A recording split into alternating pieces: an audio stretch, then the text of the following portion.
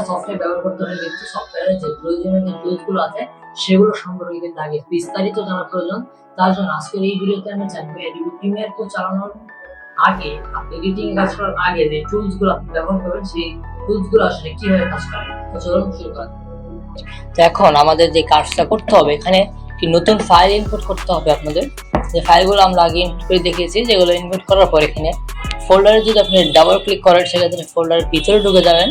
তো আজকে আমরা রিভার্স ভিডিওগুলো নিয়ে এই যে কয়টা ভিডিও আছে এগুলো নিয়ে কাজ করবো। তো সরাসরি আমি এখান থেকে এগুলোকে নিয়ে আসবো। তো এভাবে নিয়ে আসবো না, মূলত আমরা কি করবো, এটাকে অন করে দিব। এটাকে অন করলে কি হবে, আপনার থাম্বনেইল এখানে দেখতে পারবেন কোনটা কই আছে, রাইট। তো এখন আমরা চাচ্ছিলাম কি, আগে দেখেছিলেন এই ভিডিওটা ছিল, এই ভিডিওটা আমরা নিয়ে আসলাম। এখানে দুইটা পপআপ আছে, এটা আপনার পরে আপনি এটা অনুযায়ী দিয়ে দিবেন, রাইট। এখন আমরা যদি এখানে চলে আসছি, একটু জুম করি, তো এখানে চলে আসলাম। এখন আমাদের এটাকে ক্লিক করে এডিটিং এর কাজগুলো করতে হবে। এখন এটা ফাইল যদি বেশি বড়, কিন্তু এখানে দেখতে পাচ্ছেন টিন কত ছোট, কিন্তু এখানে এর জন্য কি করে, রাইট ক্লিক করে একটু নিচের দিকে আসলেই যে এই বাটনটাকে ক্লিক করে দিবেন। সেক্ষেত্রে কি হবে, বড় যে ফাইলটা আছে সেই বড় ফাইলে কিন্তু এটা চলে আসবে। সেক্ষেত্রে আপনারা স্পষ্ট করে ভিডিওটা কাজ করতে পারবেন। এক্ষেত্রে খেয়াল করবেন এটা যেন কাজ ঠিক মতো করে। এখন আপনাদের যে এটাকে যদি বেশি ল্যাগ করে তাহলে 4 করে দেবেন। সেক্ষেত্রে কি হবে, একটু যখন এডিটিং করবেন তখন আপনাদেরকে স্পষ্ট দেখাবে না, তখন আপনাদেরকে মানে একটু বক্স বক্স দেখাবে। তো পরবর্তীতে ঠিক হয়ে যাবে, তাতে কোনো সমস্যা নাই। এখন আমি আপনাদেরকে দেখাই এই যে এখানে যে টুলসগুলো থাকে এগুলোর কাজটা কি। এখানে কিন্তু আরো একটা টুলস আছে, আমি একটু উপর দিকে যাই দেখতে পাবেন আরেকটি টুলস আছে। এখানে টুলসগুলো কিন্তু এখানে দেওয়া আছে। এখানে যে পাশে যে টুলসগুলো আছে এই টুলসগুলো ব্যবহার করে কিন্তু আপনি এটা যে আপনি যে কোনো কাজ করতে পারবেন। যেমন যে এটাকে সিলেক্ট করতে পারবেন, এখানে আপনি এভাবে এটাকে মুভ করতে পারবেন। মূলত এইসব কাজে এগুলো ব্যবহার করা হয়। তারপর যে একটা অপশন আছে দেখতে পাচ্ছেন, এটাতে আপনি ক্লিক করেন। আর এটার শর্টকাট হচ্ছে কি, এখানে একটু রাখলে দেখতে পারেন শর্টকাট হচ্ছে এ। এখানে ক্লিক করলে বাকি যে ইয়াগুলো থাকবে আমি আপনাদেরকে একটু দেখাই। ধরেন এই সবগুলোকে আমি এখানে নিয়ে আসলাম, রাইট। একটু ছোট করে দিই আমি। এখানে মনে করেন একটার উপরে একটা আছে, এভাবে যে অনেকগুলো ক্লিপ থাকে আপনাদেরকে, যেমন এটার মাঝখানে এটা আছে, রাইট। এরকম যদি ক্লিপ থাকে, এখন আপনি যদি চান যে এটাকে একটু বড় করবেন, প্রত্যেকটা ক্লিপকে আপনি কিন্তু এভাবে নিয়ে যে অনেক লেট হয়ে যাবে, রাইট। তো তার জন্য আপনি ক্লিক করবেন, সরাসরি এ প্রেস করবেন, সব চলে আসবে, মানে এই টুলসটা সিলেক্ট হবে। আর আবার উপর টুলস যাওয়ার জন্য এখানে ক্লিক করবেন, অথবা আপনার যে ভি প্রেস করবেন, ভি নিচে দেখতেই পাচ্ছেন, এটা ভি প্রেস করবেন, এ প্রেস করবেন, তাহলে কিন্তু চেঞ্জ হয়ে যাবে। স্ক্রিন দেখতেই পাচ্ছেন কিভাবে চেঞ্জ হচ্ছে। তো এটা সিলেক্ট করার পর এইভাবে যে আপনি ক্লিক করেন, সরাসরি কিন্তু আপনি দেখতে পারবেন সকল এই পাশের সকল কিছু সিলেক্ট হয়ে যাবে। এখন যদি আপনি এই পাশেগুলো সিলেক্ট করতে যাচ্ছেন, সেক্ষেত্রে কি করতে হবে, আপনাদেরকে শিফট প্রেস করে এ প্রেস নাকি একটু দেখে নেই। এখানে আপনি ক্লিক করে দেখতে পারবেন যে শিফট যদি প্রেস করে এ প্রেস করেন, সেক্ষেত্রে এটা চলে আসবে। যেমন আমি যদি শিফট প্রেস করে এ প্রেস করি, এটা চলে আসবে। এখন আপনি যা সিলেক্ট করবেন, রাইট, এই যে। কিন্তু আপনি যদি চান যে এক লাইনের সবগুলো সিলেক্ট করতে হবে, তাহলে সকল কিছু তো মাঝে মাঝে সরাতে হয় না, মাঝে মাঝে কি করতে হয়, শুধুমাত্র একটি লাইনকে সরাতে হয়। সেক্ষেত্রে কি করবেন, আপনি যখন ধরেন এই পাশে সিলেক্ট করলাম, যদি এখন শিফটে প্লেস করেন একটা লাইন, রাইট, এটা কিন্তু ডাবল লাইন হওয়ার কোনো সুযোগ নাই। একটা লাইন শুধুমাত্র, একটা লাইনই শুধুমাত্র হবে।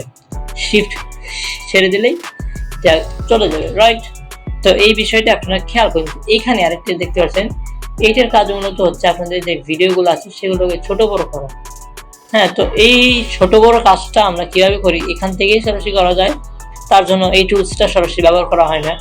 তারপরে আছে রেজার টুল। এই রেজার টুলের নামটা কখনো চেঞ্জ হবে না, মানে কিছু কিছু টুলস আছে যেগুলোর নাম চেঞ্জ হবে না। যেমন এই যে পেন টুল, এটার কোনো সময় চেঞ্জ হবে না।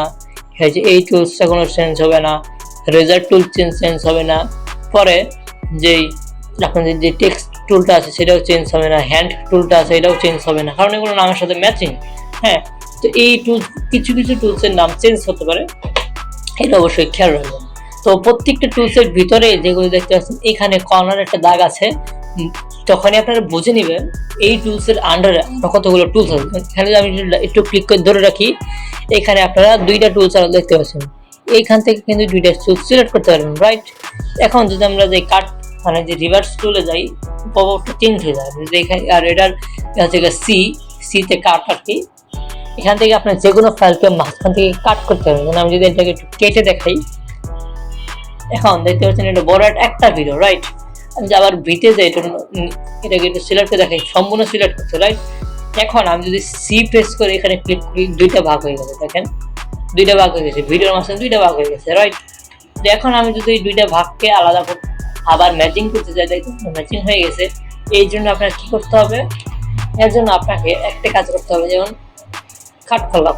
এখন আপনি এটার জন্য যে কাজটা করবেন সেটা হচ্ছে গিয়ে আপনি এটাকে যখন সিলেক্ট করবেন বা এইভাবে থাকবেন, যে কোনো অবস্থায় কন্ট্রোল ধরে জেড ক্লিক করবেন, সরাসরি কিন্তু এটা চেঞ্জ হয়ে যাবে, রাইট? চেঞ্জ হয়ে গেল। এগুলো কিন্তু আপনাদের খুবই সহজ একটি টুলস, এটা কিন্তু আপনি যে কোনো সময় যে কোনো স্থান ব্যবহার করতে পারবেন, রাইট?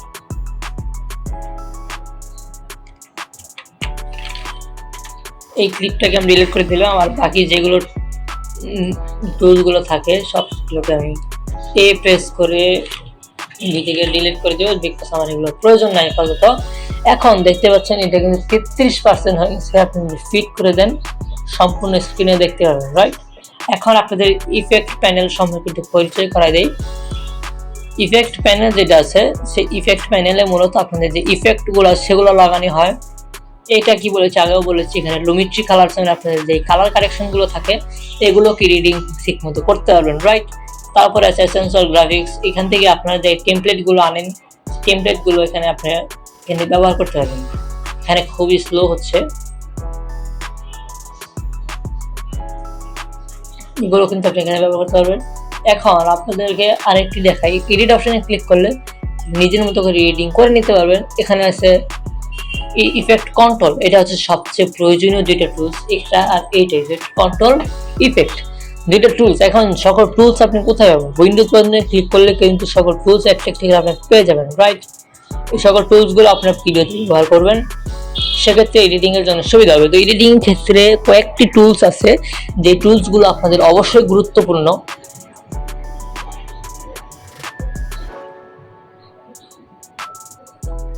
এর মধ্যে থেকে একটি হলো ইফেক্ট কন্ট্রোল প্যানেল।